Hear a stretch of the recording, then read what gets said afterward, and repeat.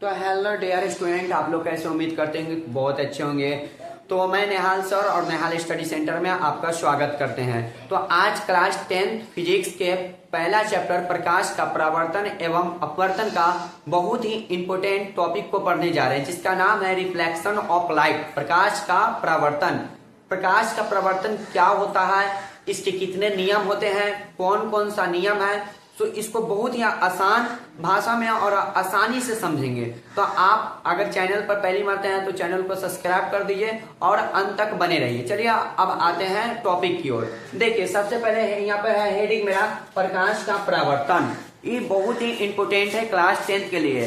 कई मरते की एग्जाम में आप जाके देख लीजिए, इसको पूछा हुआ है और उम्मीद करते हैं कि इस बार भी पूछेगा।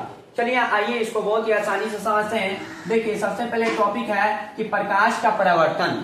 आखिर प्रकाश का परावर्तन क्या होता है, पहले इसको समझेंगे, फिर इसके नियम को समझेंगे। इसका नियम क्या क्या है, कौन सा नियम है, कितने नियम होते हैं, फिर इसके नियम से संबंधित समझेंगे कुछ महत्वपूर्ण परिभाषा।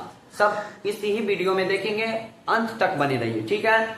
चलिए देखते हैं सबसे पहले प्रकाश का परावर्तन क्या होता है। तो इसमें हम इसका परिभाषा लिखे हैं कि जब प्रकाश किसी किरण किसी सतह से टकराकर अपने ही माध्यम में लौट जाते हैं तो लौटने की इस घटना को ये प्रकाश का परावर्तन कहते हैं। चलिए अब इसको चित्र के माध्यम से समझते हैं।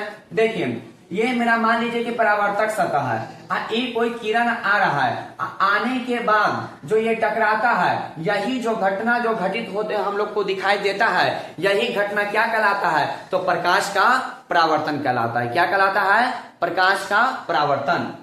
फिर से एक मरते समझ लेते हैं। जब प्रकाश की किरणें किसी सतह से टकराकर, ये प्रकाश की किरण है, ये सतह से टकराकर जो वापस लौट जाती है, यही लौटने की जो घटना होता है, यही कहलाता है प्रकाश का परावर्तन।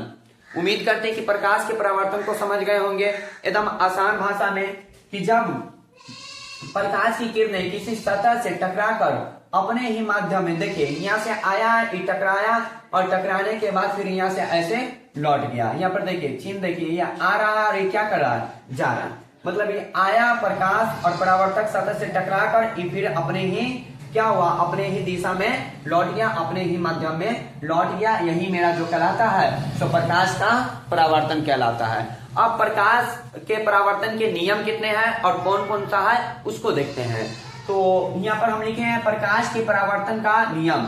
तो प्रकाश के परावर्तन के निम्नलिखित तो 2 नियम हैं। मतलब कि हमको यहाँ पर स्पष्ट होता है कि जो प्रकाश के परावर्तन है उसके कितने नियम होते हैं। तो प्रकाश के परावर्तन के 2 नियम होते हैं। कितने नियम होते हैं, 2 नियम होते हैं, जिसको पहला नियम और दूसरा नियम के नाम से जाना जाता है। देखिए अब पहला नियम क्या होता है उसको समझते हैं।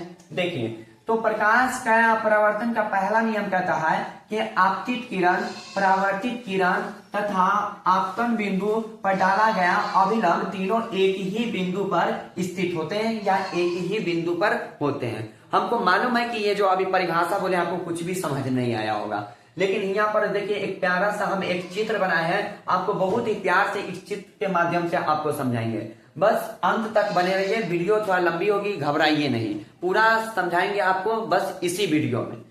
देखिए क्या बोले हैं कि आपतित किरण, परावर्तित किरण तथा आपतन बिंदु पर डाला गया अभिलंब तीनों एक ही बिंदु पर होता है। चलिए अब इसको चित्र के माध्यम से समझते हैं। देखिए ये मेरा एक परावर्तक सतह, जिसको हम बोल सकते हैं कि समतल दर्पण भी बोल सकते हैं, ठीक है। ये मेरा क्या है, एक परावर्तक सतह जो लिख भी दिए हैं। जो ये किरण आ रही है, इस किरण को बोलेंगे आपतित किरण। कौन सा किरण बोलेंगे, आपतित किरण बोलेंगे। जो यहाँ से टकराकर वापस लौट रही है उसको क्या बोलेंगे, तो यहाँ पर बोलेंगे इसको परावर्तित किरण, ठीक है। और इसको बीच में एक चिन्ह जो मतलब काल्पनिक रेखा जो डाले हुए हैं उसको बोला जाता है अभिलंब। क्या बोलते हैं, अभिलंब बोलते हैं। बस यही इसका क्या है, तो नियम है। देखिए तो इसका नियम यहाँ से परिभाषा कैसे निकालेंगे, तो आपतित किरण, ये किरण आ रही है ना, जो यहाँ पर चिन्ह भी देख सकते हैं, आने का चिन्ह है, तो आपतित किरण तथा परावर्तित किरण, मतलब आपतित किरण ये आया, इसके बाद टकरा के फिर वापस गया, तो आपतित किरण और परावर्तित किरण तथा इसके बीच डाला गया लंब तीनों एक ही बिंदु पर स्थित रहते हैं। मतलब जो आपतित किरण है सो, फिर परावर्तित किरण है सो, और इसके बीच जो डाले अभिलंब, तो तीनों कहाँ एक ही बिंदु पर स्थिति, यही इसका क्या है, तो यही इसका पहला नियम है। किसका, तो प्रकाश के परावर्तन का। आया समझ में? फिर से एक मत रिपीट कर देते हैं।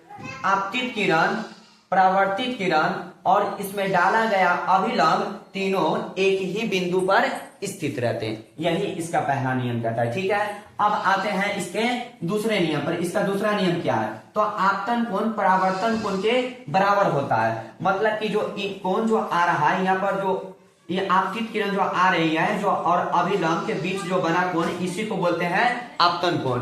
तो ये आपतन कोण और जो यहाँ पर परावर्तन कोण बन रहा है, तो ये दोनों एक दूसरे के बराबर होता है। फॉर एग्जाम्पल, अगर मान लीजिए अगर यहाँ पर अगर 30 डिग्री का कोण बन रहा है, तो यहाँ पर भी जो बनेगा तो कितना डिग्री का कोण बनेगा, तो 30 ही डिग्री का कोण बनेगा। यही इसका दूसरा नियम कहता है कि आपतन कोण और परावर्तन कोण एक दूसरे के क्या होता है, बराबर होता है। जैसे कि अगर हम बात करेंगे यहाँ पर कोण आई और यहाँ पर कोण आर, तो यहाँ पर एक दूसरे क्या है, तो एक दूसरे के यहाँ पर बराबर है। ठीक है, तो चलिए अब इसके प्रकाश के परावर्तन से जो संबंधित कुछ महत्वपूर्ण परिभाषा, तो इस परिभाषा को समझते हैं। ठीक है, तो इसका परिभाषा जैसे आपतित किरण किसको कहते हैं, परावर्तित किरण किसको कहते हैं, आपतन कोण किसको कहते हैं, परावर्तन कोण किसको कहते हैं, आपतन बिंदु किसको कहते हैं, अभिलंब किसको कहते हैं, जो कुछ इस महत्वपूर्ण जो हमको नजर आ रहा है बिंदु का, इसका परिभाषा समझते हैं। तो आइए फिर से समझते हैं। देखिए सबसे पहला क्या है ए नंबर में, कि आपतित किरण किसे कहते हैं, क्या है कि आपतित किरण किसे कहते हैं।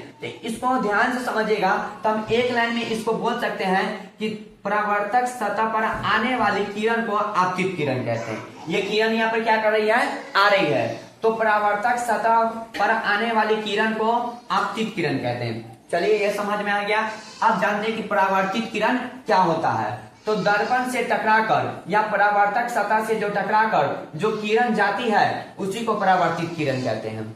आने वालों को क्या कहें, आपतित किरण कहें, और जो टकरा कर वापस गए उसको क्या कहेंगे, तो इसको परावर्तित किरण कहेंगे। ठीक है, अब समझते हैं कि आपतन कोण किसको कहते हैं। यही जो है आपतन कोण, तो आपतन कोण क्या कहेंगे, तो देखो ये कोण जो बन रहा है, सो कोण किसके किसके बीच बन रहा है, तो बोलोगे कि सर जो कोण जो बन रहा है, सो आपतित किरण और अभिलंब के बीच में बन रहा है। बस यही तो समझना था कि आपतित किरण और अभिलंब के बीच बना कोण को आपतन कोण कहते हैं। आया समझ में? आपतित किरण और अभिलंब के बीच बना कोण को आपतन कोण कहते हैं। ठीक है, आपतन कोण भी समझ गए। अब ये परावर्तन कोण क्या होता है, तो जस्ट जैसे अभी समझे उसी प्रकार से है।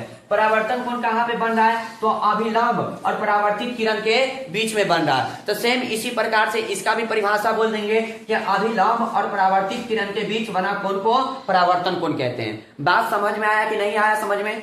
देखो अभिलंब और परावर्तित किरण के बीच बना कोण को क्या कहते हैं, तो परावर्तन कोण कहते हैं। तो हम लोग आपतन कोण भी समझ गए और परावर्तन कोण भी समझ गए। अब समझते हैं कि जो आपतन बिंदु है, तो आपतन बिंदु क्या होता है। तो एक लाइन में आपतन बिंदु को समझेंगे। ये जो है आपतन बिंदु, यही क्या है, मेरा आपतन बिंदु है। तो एक लाइन में इसको समझेंगे कि आपतित किरण, ये जो किरण जो आ रही है ना, तो आपतित किरण जिस बिंदु पर पड़ती है उसे आपतन बिंदु कहते हैं। बात आया समझ में? आपतित किरण जो ये किरण जो आ रही है, आने के बाद जिस बिंदु पर पड़ रही है उसी को आपतन बिंदु कहेंगे।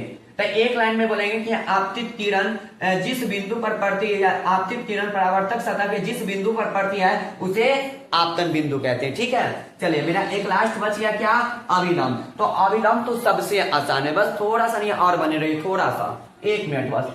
देखिए अभिलंब किसको कहते हैं, तो अभिलंब चिन्ह किसके बीच खींचा हुआ है, तो ये जो खींचा हुआ है, तो बोलोगे कि सर हम तो बढ़िया से तुम देख रहे हैं कि जो अभिलंब जो खींचा हुआ है, तो आपतित किरण और परावर्तित किरण के बीच में खींचे हुए हैं। बस इतना ही तो समझना था।